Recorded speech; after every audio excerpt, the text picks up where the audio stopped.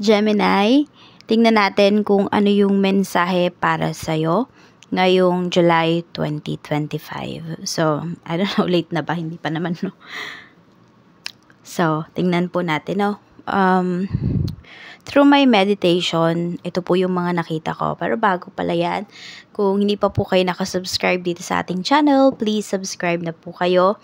And kung hindi naman po kayo mag-skip ng ads, maraming salamat.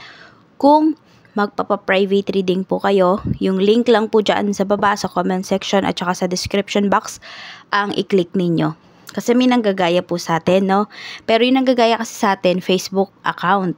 Actually, nireport ko na yun eh, kaya lang wala namang nangyari.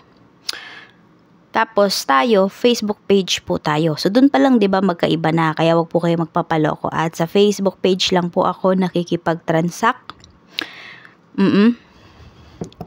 Tapos yung number natin naka-post din po doon sa ating Facebook page. Nasa profile natin, nasa bio. Kaya po wag kayong magpapaloko, okay?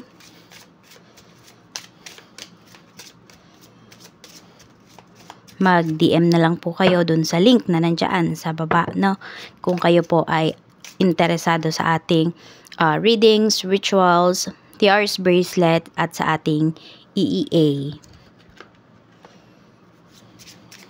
So, yun nga po. Ang na-pick up ko through my meditation para sa inyo, Gemini, is hindi ko alam kung insect bite ba or baka may makagat dito, makalmot kayo ng aso. Tapos, meron ba dito, nagtetest kayo lagi ng blood sugar ninyo. So, meron mataas yung sugar or pwedeng may buntis, baka may gestational diabetes or yun nga, pwedeng nasa lahi po ninyo. Tapos, scalp treatment. It's either for dandruff or magpapalinis talaga. Yung iba sa inyo yung deep cleaning ng ng scalp. 'Di ba nauuso yun ngayon? So yung iba po sa inyo pwedeng magpapaganon kayo. Or someone lang pwedeng kasama naman sa bahay, baka alam mo, shampoohin kayo, yung ganyan, ipapamper po kayo. Tapos ano pa ba? Ayun, nakakatawang pangyayari sa comfort room. Hindi ko lang alam kung saan comfort room ba yan. Pwedeng sa mall, sa workplace nyo, sa school, tapos food rich in iodine. Iodine? Ayun, basta, yung mga ganun, mga seashells, kailangan po ninyo. Baka meron dito, ano ba? Lahi ninyo, may goiter, ganun. Kaya po, yun, mag-ano kayo. Kain kayo ng mga ganun, talaba, tahong, basta mga foods rich in iodine. So, tignan na natin kung ano ba yung mensahe para sa'yo. This is for you.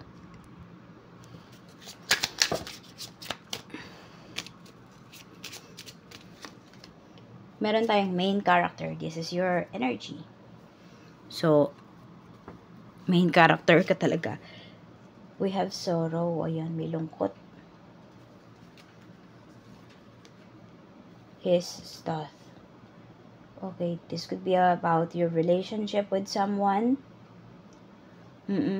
Meron dito gustong-gusto kang kausapin. Lagi kang nasa isipan ng taong to. But, hindi niya naman magawang kausapin ka. May naduduwag po rito. Pwedeng ikaw yan. Pwedeng ikaw naman yung naduduwag. Gemini, meron kang gustong kausapin, pero hindi mo magawa. Tignan natin ano tong main character na to.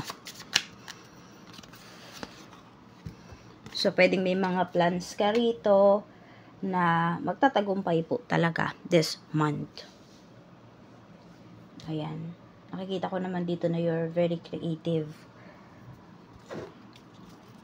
Maraming makakapansin dito sa glow mo. Merong makakapansin po dito sa pagiging creative mo. Tignan naman natin ano ba yung sorrow na to. Okay. Meron tayong 5 of Swords. May mga naninira sa'yo rito. Pwede ito yung, ayan, yung may naninira. Pwedeng yung taong pinagkatiwalaan mo. Meron po dito, sinaktan ka talaga or sasaktan ka. Hindi ka makatulog because sobrang sakit ng ginawa sa'yo ng taong to. This could be your person. Yan. Kaya hindi ka mawala sa isipan niya kasi nagigilty siya kung ano man yung ginawa niya sa'yo or gagawin niya sa'yo. Pero bakit nga ba siya magigilty? Kasi nalaman mo kung ano yung ginawa niya. Pero paano kaya kung hindi mo naman nalaman, di ba? Alam niya yung epekto ng ginawa niya sa'yo. Alam niya yung lalim. Nagsisisi talaga siya. Sabi ko nga sa'yo, kung di mo pa nalaman, magsisisi kaya yan. So, tignan natin. Pagdating sa career. Okay, kuha tayo ng card para dyan. Pero bago tayo pumunta dun sa career or sa kaperahan, tingnan muna natin. Ano ba yung gustong sabihin sa'yo ng taong to?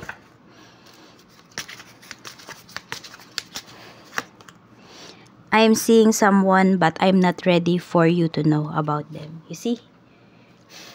Tugma, ano? Meron nga dito niloloko ka. And ayun, nabigla siya kasi nalaman mo. Natuklasan mo. Oo. Tapos, ayun, tsaka lang siya na-guilty. Pwede kasi ano yung tao na to, no? Pawala na to sa life mo Kaya lang, ang maling ginawa niya, hindi siya nakipaghiwalay bago siya pumasok sa new relationship. So, tingnan na natin pagdating sa iyong money, career, business. Tingnan natin yung energy. I'm open to receive any messages. Please, spirit guide for Gemini.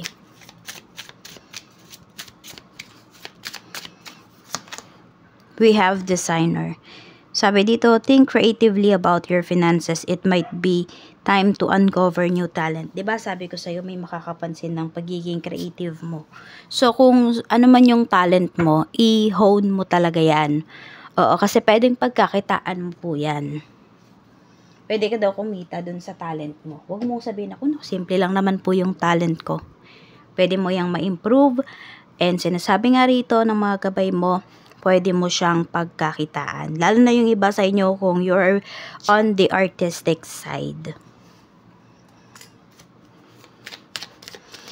Pero tingnan natin, kamusta ba ang energy ng iyong kaperahan ngayong July. We have the Hierophant. So, ayan may mga matututunan ka talaga na pwede mong pagkakitaan. Yun yung sinasabi. We have 3 of Wands. Meron kang mga ilulook forward dito. Meron akong mga nakikitang nangangako or nangako sa'yo rito. Tapos, yun yung mga nilulook forward mo. Uy, we have Ace of Pentacles. Mukhang tutupad naman talaga sa usapan yung mga tao na yan.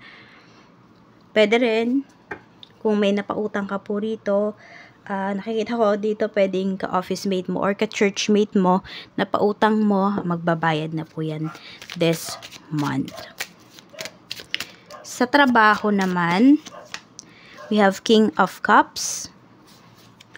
Meron tayo ditong Knight of Wands. So, diba, you're very creative talaga. Mahal mo talaga yung trabaho mo. We have Page of Wands. And marami po sa inyo, ayun, pwedeng nagfo-focus kayo sa work. Meron dito, pwedeng sobra kayo nag-focus sa work. Kaya, ayun, may mga nakaligtaan talaga kayong tao. May mga nakaligtaan kayong mga bagay-bagay. And sinasabi naman po rito na stability ang paparating sa inyo regarding dito sa inyong work.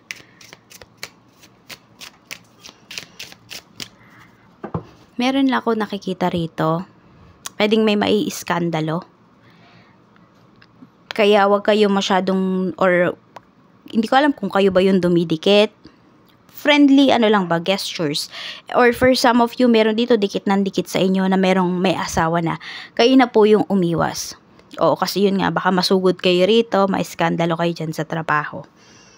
Tingnan natin. Sa business naman, 4 of Swords. Meron tayo ditong Knight of Cups. May pinag-iisipan ka rito Kung i-accept mo. Accept mo success yung paparating sa'yo.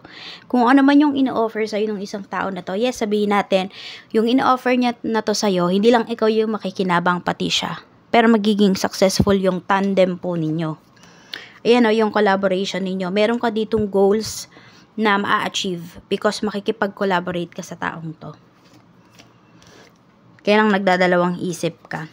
Pero yun nga, sabi ko sa'yo, hindi lang kasi ikaw yung makikinabang dun sa gagawin niya or sa itutulong niya sa'yo. Meron din siya, syempre. So, parang hindi naman siya tulong. Give and take lang siguro talaga kayo. Oo. Kasi, hindi naman din maglalabas yung taong yan ng pera kung wala siyang mapapakinabangan dahil business-minded yan. Ayan, sa love yun yung pinapakita, no? Pwedeng para to sa mga may karelasyon, para po sa mga married. Tignan naman natin sa mga single. We have the Fool. We have the Empress. So, pwedeng meron po kayo dito. Hindi siya bagong kakilala eh. Pwedeng matagal na. Pero ngayon lang magkakaroon ng usapan between sa inyong dalawa. Parang biglang magustuhan mo na lang yung taong to. Or biglang magustuhan ka na lang nung taong to. Kaya ipoperso ka. Sa mga ano naman, byudo or byuda. Na hindi pa po wala pang relationship Uy, we have 6 of Wands. Parang puro past person yung nandito. Ayan may magme-message din sa'yo dito. Parang matagal ka na niyang nakikita. Ngayon lang din magkakaroon ng lakas ng loob. So, dito sa energy na to, yung his thoughts, ayun, pwedeng naiisip ka na talaga ng taong to. Para bang nung nakita ka niya, na love at first sight sa'yo to. Hindi ka na mawala sa isip at puso niya. Tignan po natin pagdating naman sa health. Kamusta naman po ang health ni Gemini? Kidney stones yung naano ko rito. Bladder. We have the High Priestess. We have the Tower. Oh, more on sa pag-ihi yung iba po sa inyo. Yun yung pinapakita. So, baka may UTI, ganyan. So, kung meron po kayo nararamdaman, so, kunwari sa pag-ihi po ninyo, ay ayan, magpa-check up na po kayo. Huwag kayong mag-search sa Google, ano ba tong nararamdaman mo, ano ba tong ganito, ganyan, symptoms na to, lalo lang kayo mag-overthink. Dumiretso po kayo sa mga, sa center, dumiretso po kayo sa clinic, hospital. Yun po yung gawin ninyo kung may nararamdaman po kayo rito. So, ayan lang po. At, tignan pala natin kung ano ba yung dapat mong iwasan. Mag-overthink. So, ayun.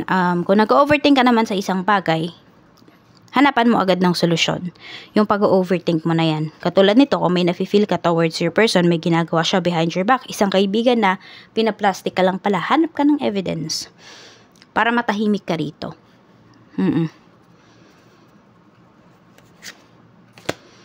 King of Pentacles. Dapat naman itong pagtuunan ng pansin. Your stability, your kaperahan, yun po yung pagtuunan ninyo ng pansin. Mamimili na lang kayo rito. Ano yung iiwasan mo? Ano yung pagtutuunan mo ng pansin? 'Di ba? Pag-overthink ba? Or kaperahan? Stability. Yan lamang po. Maraming salamat, Gemini. And more blessings to come para sa'yo ngayong July 2025.